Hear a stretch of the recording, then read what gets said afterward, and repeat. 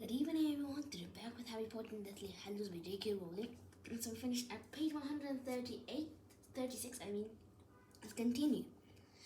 As Harry closed the door behind him, the old-fashioned gas lamp sprang into life, casting flickering light along the length of the hallway. It looked just as Harry remembered it, eerie, cobwebbed.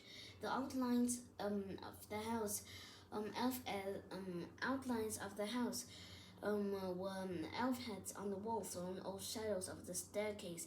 Long dark curtains concealed the portrait of Sirius's mom. The only thing that was out of the place was the show's leg umbrella stand, which was lying on its side of Tom's had just knocked it over again. I think somebody's been here, Hermione whispered, pointing towards it. That could have been as the order left, Ron murmured back. So where are these jinxes they put up against Snape? Harry asked. So where are these jinxes they put against Snape? Harry asked. Maybe they're only activated if he shows up, suggested Ron. Yet they remained close together on the doormat, backs together against the door, scared to move further into the house. Well, we can't stay here forever, said Harry, and he took a step forward. Severus Snape? Mad-Eye Moody's voice whispered out of the darkness, making all of them jump back and fight. We're not Snape, crowed Harry, for something whooshed over him like a cold air and tongue curled backwards on itself, making it impossible to speak. Before he had time to feel inside his mouth, however, his tongue had unraveled again. The two seemed to have experienced the same unpleasant sensation. Ron was making retching noises. Hermione stammered that must be mean the tongue-tying curls Mad-Eye said for Snape. Gingerly, Harry took another step forward. Something shifted in the shadows at the end of the hall, and before any of them could say another word, a figure had risen out of the carpet, all tall, dust-colored, and terrible. Hermione screamed, and so did Mrs. Black, her curtains flying open. The grey figure was gliding towards them, faster and faster, its waist-length hair and beard streaming behind it, its face sunken, fleshless, with empty eye sockets, horribly familiar, dreadfully altered. It raised wasted one, pointing at Harry. No! Harry shouted, and though he had raised his one nose spell occurred to him. No, it wasn't. It wasn't us. We didn't kill you. Wonder what killed the figure exploded in a great cloud of dust, coughing, his eyes watering. Harry looked around to see Hermione crouched on the floor by the door with her arms over her head, and Ron, who was shaking from head to toe, patting her clumsily on the shoulder and saying, "It's all right. It's gone." Dust swirled around Harry like a mist, catching the blue gaslight as Mrs. Black continued to scream. Mudbloods, filth, stains of dishonor, taint of shame on the house of my fathers. Shut up! Harry bellowed, directing his monitor, and with a bang, a burst of red sparks, the curtain swung shut again, silencing her. That was, Hermione whispered as Ron helped her to her feet. Yeah, said Harry, but it wasn't really him. Was it just something to scare Snape? Had it worked? Harry wondered, or had Snape already blasted the horror figure aside as casually as he had killed the real Dumbledore? Nerves still tingling, he led the other two of the hall, half expecting some new terror to reveal itself, but nothing moved except for a mouse skittering along the skirting board. Before we go any further, I think we'd better check, whispered Hermione, and she raised her wand and said, Honium Raviola. Nothing happened. Well, you just had a big shock, said Ron kindly. What was that supposed to do? It did what I meant it to do, said Hermione rather crossly. That was a spell to reveal human presence, and there's nobody here except us. And old Dusty, said Ron, glancing at the patch of the carpet from which the corpse figure had risen. Let's go up, said Hermione, with a frightened look at the same spot, and she led them way up creaking stairs to the drawing room on the first floor. Hermione waved him one to ignite the old gas lamps. Then, shivering slightly in the draughty room, she perched on the sofa, her arms wrapped tightly around her.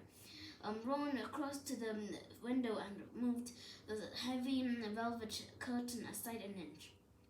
Can't see anyone out here, he retorted. And you think if Harry still had a trace on him, they'd have followed us here.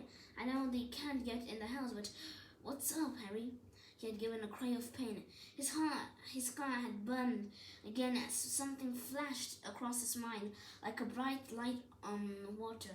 He saw a large shadow and felt a fury that was not his own pound through his body, violent and brief as an electric shock.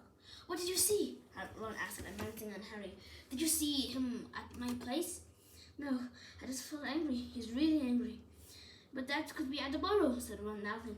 What else? Didn't I see anything? Was he cursing at someone? No, I just felt angry. I couldn't tell. Harry felt banged, confused, and Hermione did not help as she said in a frightened voice, "Your scar again? But what's going on? I thought that connection had closed."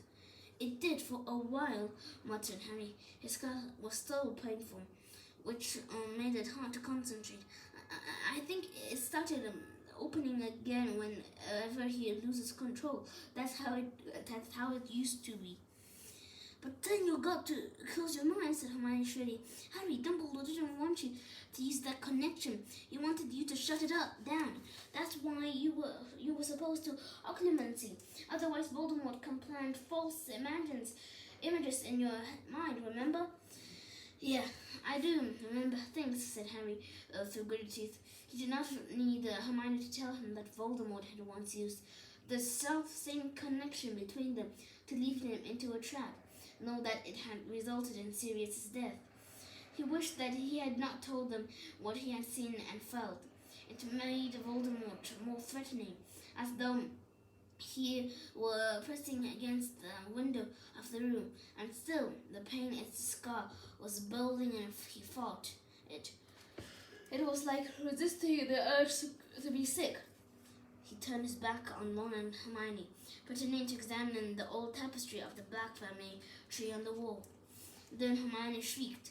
Harry drew his wand again and spun around to see a silver Patronus soar to the drawing room window and landing upon the floor in front of them, where it accelerated into the weasel and spoke with the voice of Ron's father. "Family safe," the reply. "We are being watched." The Patronus dissolved into nothingness. Ron let out a noise between a whimper and a groan and dropped onto the sofa. Hermione joined him, gripping his arm. They're all right. They're all right. They're all right," she whispered, and Ron half laughed and hugged her. "Harry," he said over Hermione's shoulder. It's not a problem," said Harry, sickened by his pain in his head. "It's your family. Of course you're worried. I feel the same way." He thought of Ginny. "I do feel the same way." The pain in his scar was reaching a peak. Burning as it had done in the garden of the burrow, faintly he heard Hermione say, "I don't want to be on my own. Could we use the sleeping bags I brought to camp in here tonight?" He heard Ron agree. He could not figure the pain much longer. He had to succumb. "Bathroom," he muttered. He left the room as fast as he could without running. He barely made it, bolting the door behind him with trembling hands. He grabbed his pounding head and fell to the floor. Then, in an explosion of agony, he felt the rage that did not belong to him possesses his soul. Saw a long room lit only by firelight, and the great blonde Death Eater on the floor, screaming and writhing, and its lighter figure standing over him, one outstretched, while Harry spoke in a high, cold, merciless voice. "Well, or shall we end it and feed you to Nagini? Lord Voldemort is not sure what he will forgive this time. You called me back for this, to tell me that Harry Potter has escaped again. Draco, give Ralph another taste of our displeasure. Do it, I will feel my wrath myself." A log fell in the fire. Flames reared, the light darting across a terrified, pointed white face with a sense of emerging from deep water. Harry drew a heap's bed and he opened his eyes. He was spread-edged on the cold black marble floor, his nose inches from one of the silver serpent tails that supported the large bathtub. He sat up. Malfoy's gaunt, petrified face seemed branded on the inside of his eyes. Harry felt sickened by what he had seen, by uses to which Draco was now being put by Voldemort. There was a sharp rap on the door, and Harry jumped as Hermione's voice rang out. Harry, do you want your toothbrush? I've got it here. Yeah, great, thanks, he said, fighting to keep his voice casual as he stood up to let her in. Well, I think we'll leave it here, guys.